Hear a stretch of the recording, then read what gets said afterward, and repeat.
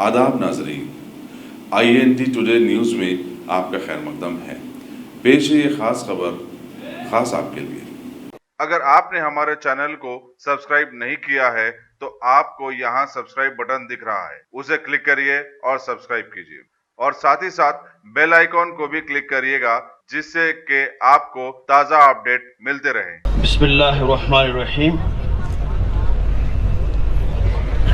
नहमदुहु नुसल्ली अला रसूलिहिल करीम व अला आलिहि व अस्हाबिहि अजमईन, अम्मा बाद।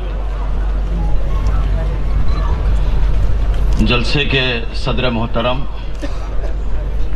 बैरिस्टर असदुद्दीन अवैसी साहब, मेंबर ऑफ पार्लियामेंट व सदर कुल हिंद मजलिस इत्तेहादुल मुस्लिमीन, डायस पर तशरीफ़ फरमा उलमाए किराम, मशाइख़िन उज़्ज़ाम, मुख्तलिफ़ तंजीमों और जमातों के क़ाइदीन किराम, और आज का ये जो जलसा संविधान रक्षा कमेटी संगारेड्डी की जानिब से मुनक्किद किया जा रहा है, उसके तमाम ज़िम्मेदारान, आज इस जलसे को और मौसम को देखते हुए ये शेर मुझे याद आ रहा है। राम प्रसाद बिस्मिल ने ये शेर कहा था और राम प्रसाद बिस्मिल को और अशफाकुल्लाह खान साहब को, ये दोनों को एक ही फंदे में फांसी दी गई। फांसी का एक ही फंदा था और दोनों को फांसी दी गई।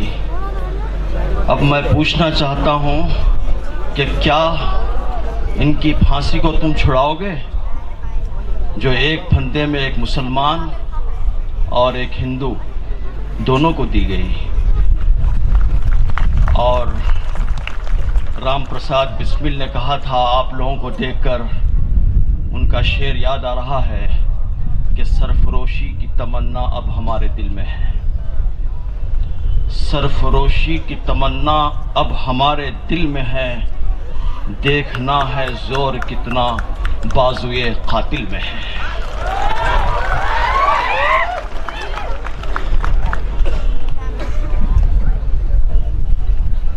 हम वोट देकर लोगों को इख्तिदार का मालिक बनाए और अब वो लोग ये कह रहे हैं कि वोटर आईडी कार्ड वो सुकूनत के लिए और शनाख्त के लिए वो काफ़ी नहीं है, वो नहीं चलेगा। तो अब हम ये कह रहे हैं कि जब जिस वोट के ज़रिए से तुम इख्तिदार में आए हो और वोटर का आईडी कार्ड ही नहीं चलेगा तुम कह रहे हो, तो अब हम ये कहने के लिए यहाँ जमा हुए हैं कि अब तुम इख्तिदार पर नहीं चलोगे।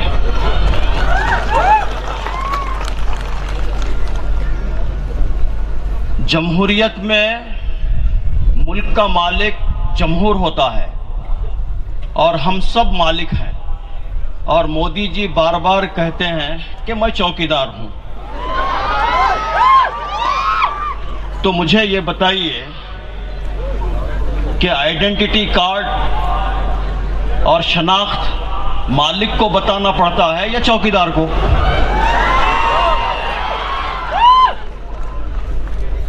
चौकीदार को आइडेंटिटी कार्ड नहीं, बल्कि हम ये पूछना चाहते हैं कि तुम सिर्फ एसएससी का सर्टिफिकेट बता दो अपना।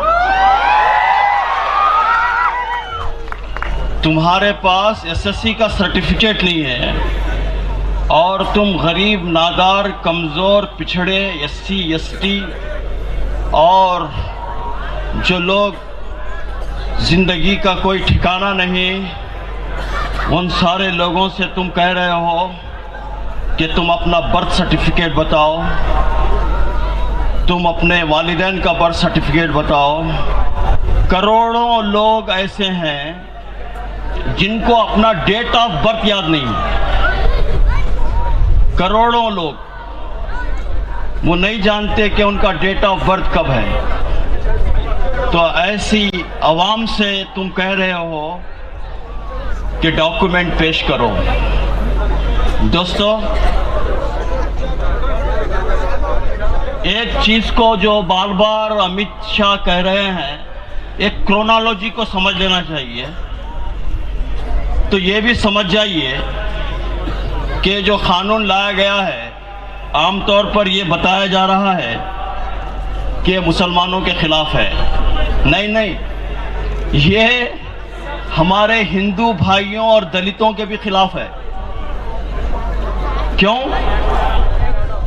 इनको प्रेम है पाकिस्तान, बांग्लादेश और अफगानिस्तान के हिंदुओं से, उनसे मोहब्बत है और उनका डॉक्यूमेंट ये तैयार करेंगे। और यहाँ रहने वाले जितने हिंदू हैं, जितने मुसलमान हैं, देशवासी हैं, उनको अपना डॉक्यूमेंट पेश करना पड़ेगा। यानी शरणार्थियों का डॉक्यूमेंट ये बनाएंगे और यहां रहने वाले लोग डॉक्यूमेंट पेश करेंगे। क्या थ्योरी है आपकी? ये आपकी कैसी मंतिक है ये? अब लोग ये समझ रहे हैं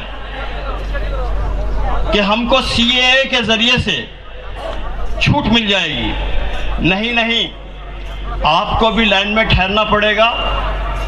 सीएए के जरिए से छूट मिलने के लिए 5-6 साल लग जाएंगे और 5-6 साल तक डिटेंशन सेंटर में अपने हिंदू भाइयों को भी रहना पड़ेगा।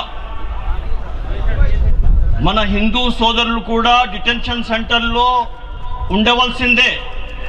5-6 సంవత్సరాలు ఉన్న తర్వాత బ్రతికి ఉంటే సిఏఏతో మీకు ముక్తి లభిస్తుంది, పౌరసత్వం లభిస్తుంది। లేకుంటే పౌరసత్వం లభించదు।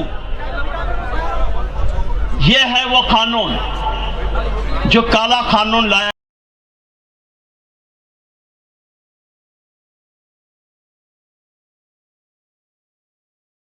हम नहीं लेंगे जब तक फासिज्म यहां खत्म ना हो जाए, जब तक दस्तूर के ये मुखालिफिन खत्म ना हो जाए, जब तक ये सालवरकर की औलाद खत्म ना हो जाए, जिन्होंने अंग्रेजों को माफीनामा लिख कर दिया। हाँ, वीर सावरकर कितने वीर थे, किताब पढ़ लीजिए। वीर सावरकर कितने वीर थे, किताब पढ़ लीजिए। उसी के अंदर एक मुतनाजिया किस्म का बयान भी आया है, उसी में वो कितने वीर थे और फिर गोडसे के साथ में उनके क्या ताल्लुकात थे वो भी आ गया है। जी, जो लोग पढ़े लिखे लोग हैं वो जानते हैं। तो दोस्तों, इसलिए जिस जमाने में मुसलमान उलमा कायदीन शामली से लेकर दिल्ली तक कोई दरख्त ऐसा नहीं था जिस दरख्त पर मुसलमान उलमा की लाशें लटकी हुई नहीं थी, उनको लटका दिया गया था। ऐसे जमाने में इन लोगों ने अंग्रेजों की मुखबिरी की, इन लोगों ने अंग्रेजों को माफीनामा लिखकर जेल से वो निकल गए और कहा कि हम एक संस्कृति चलाते हैं, बस हमारा एक कल्चरल प्रोग्राम है, इसके अलावा कुछ नहीं है। और ये लोग आज इख्तिदार के बागों पर आए हैं। जब तक आरएसएस से मुक्ति नहीं मिलेगी, जब तक भय से, भूख से, भ्रष्टाचार से आजादी नहीं मिलेगी, उस वक्त तक इंशाअल्लाह हमारी ये लड़ाई जारी रहेगी। और हमें इन तमाम मामलात के अंदर मुत्तहिद रहने की जरूरत है। बहुत सी ताकतें, क़ुव्वतें इस बात की कोशिशों के अंदर भी लगी हुई हैं कि खुद हमारे दरमियान में इख्तिलाफात पैदा कर दे। इसलिए बहुत होशियार रहने की जरूरत है और बहुत होशमंदी के साथ पे काम लेने की जरूरत है कि कोई भी इस तरह इत्तेहाद को तोड़ने की बात करता है, वसवसे डालने की बात करता है, उसका मुंह बंद कराना आपका काम है। उसका मुंह बंद कराना आपका काम है। इंशाअल्लाह हम मुत्तहिद रहेंगे और इत्तेहाद और इत्तेफाक के साथ इस काफिले को, इस तहरीक को आगे लेकर बढ़ेंगे। और जो भीमराव अंबेडकर जी का लाया हुआ जो कानून है, जो दस्तूर है, जो संविधान है, मैं मुबारकबाद देता हूं कि उन्होंने यहां आपके पास संविधान रक्षा कमेटी बना दी गई है और इंशाअल्लाह हम इस संविधान की रक्षा करेंगे। और यह संविधान सेक्युलरिज्म के ऊपर है, इंसानियत पर है, मसावात पर है और अदल पर है। और अदल सबके लिए अदल है, सबके लिए मसावात है। और जो संविधान ये लाना चाहते हैं वो मनुवाद है। उसके अंदर तमाम को मसावात नहीं पाए जाते, उसके अंदर तमाम को इक्वालिटी नहीं पाई जाती। हम चाहते हैं कि ये संविधान रहे। मैं मुबारकबाद देता हूँ संगारेड्डी के अफराद को जिन्होंने संविधान रक्षा कमेटी बनाई है। इस रक्षा कमेटी को आप इसकी रक्षा कीजिए और उस वक्त तक काम करते रहिए जब तक इसके भक्षक इस मुल्क को छोड़कर भाग नहीं जाएंगे। हम इस संविधान की रक्षा करते रहेंगे। वाखिर दावाना अल्हम्दुलिल्लाह।